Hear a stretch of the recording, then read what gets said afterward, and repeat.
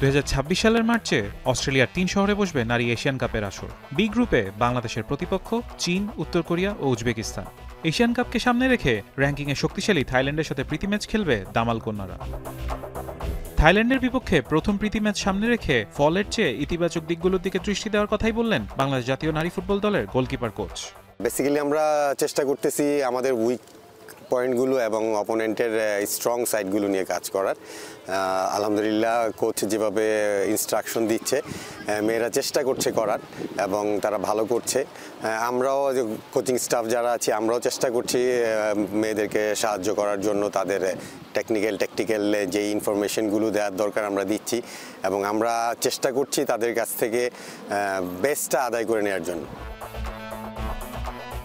রোমসাই football গ্রাউন্ডে বৃহস্পতিবার শেষ মুহূর্তের প্রস্তুতি সেরেছে মেয়েরা। গত জুলাইয়ে উইমেন্স এশিয়ান কাপের বাছাই পর্ব পার করে ইতিহাস গড়ার পর এই ম্যাচ দিয়ে মাঠে ফিরছে বাংলাদেশ দল।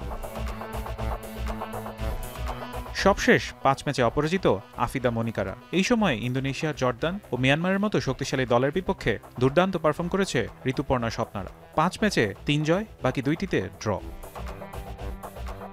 ফিফা র্যাঙ্কিংয়ে বাংলাদেশের অবস্থান 104তম। সেই তুলনায় বেশি এগিয়ে থাইল্যান্ড। র্যাঙ্কিংয়ে 53 নম্বরে তারা। 2013 সালে সবশেষ দেখায় থাইদের বিপক্ষে 9-0 গোলে হারে বাংলাদেশ। তবে এবার থাইল্যান্ডের বিপক্ষে নিজেদের সেরাটা দিতে প্রস্তুত দামাল কন্যারা।